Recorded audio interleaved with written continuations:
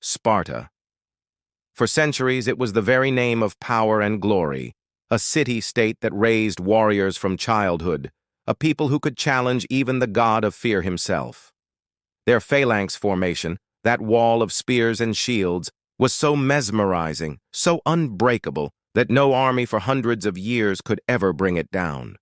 Until, in 371 BC, a small Greek city gave command to a genius general. His name was Epaminondas. And on that day, one of the most dramatic chapters in Spartan history began. The Spartans were known for their unmatched strength and military discipline. For them, war wasn't just a necessity, it was a way of life. Every boy was taken from his family at the age of 7 and thrown into a brutal training system called the agoge. Years of pain, discipline, and deadly drills turned them into something more than men, living weapons. And these destroyers became legends across the ancient Greek world.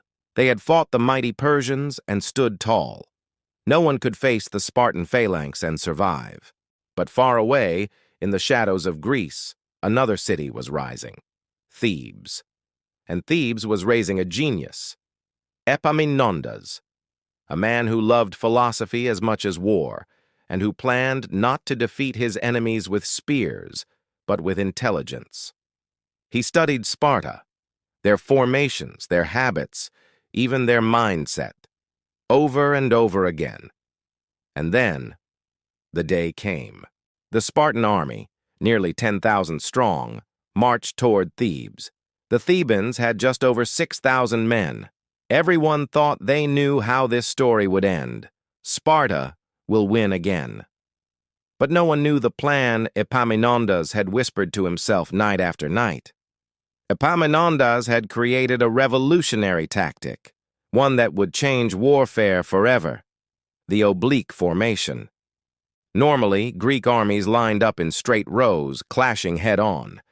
Whichever phalanx held stronger, won. But Epaminondas refused to fight that way. He would fight the enemy asymmetrically.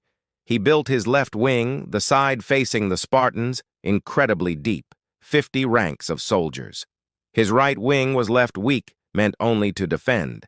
This meant all the power of his army focused on a single point, right where King Cleombrotus himself stood. It was a tactic never seen before.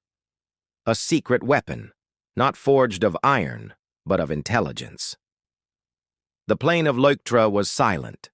As the morning light rose, two armies began to march toward each other. The Spartans formed their traditional straight line, but the Thebans' formation was different, slanted. The Spartans laughed. Is this the army that dares to challenge us? But what came next happened in an instant.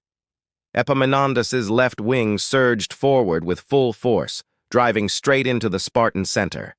50 ranks of Theban warriors struck like a single spear. The Spartans were stunned, their formation shattered, their soldiers scattered.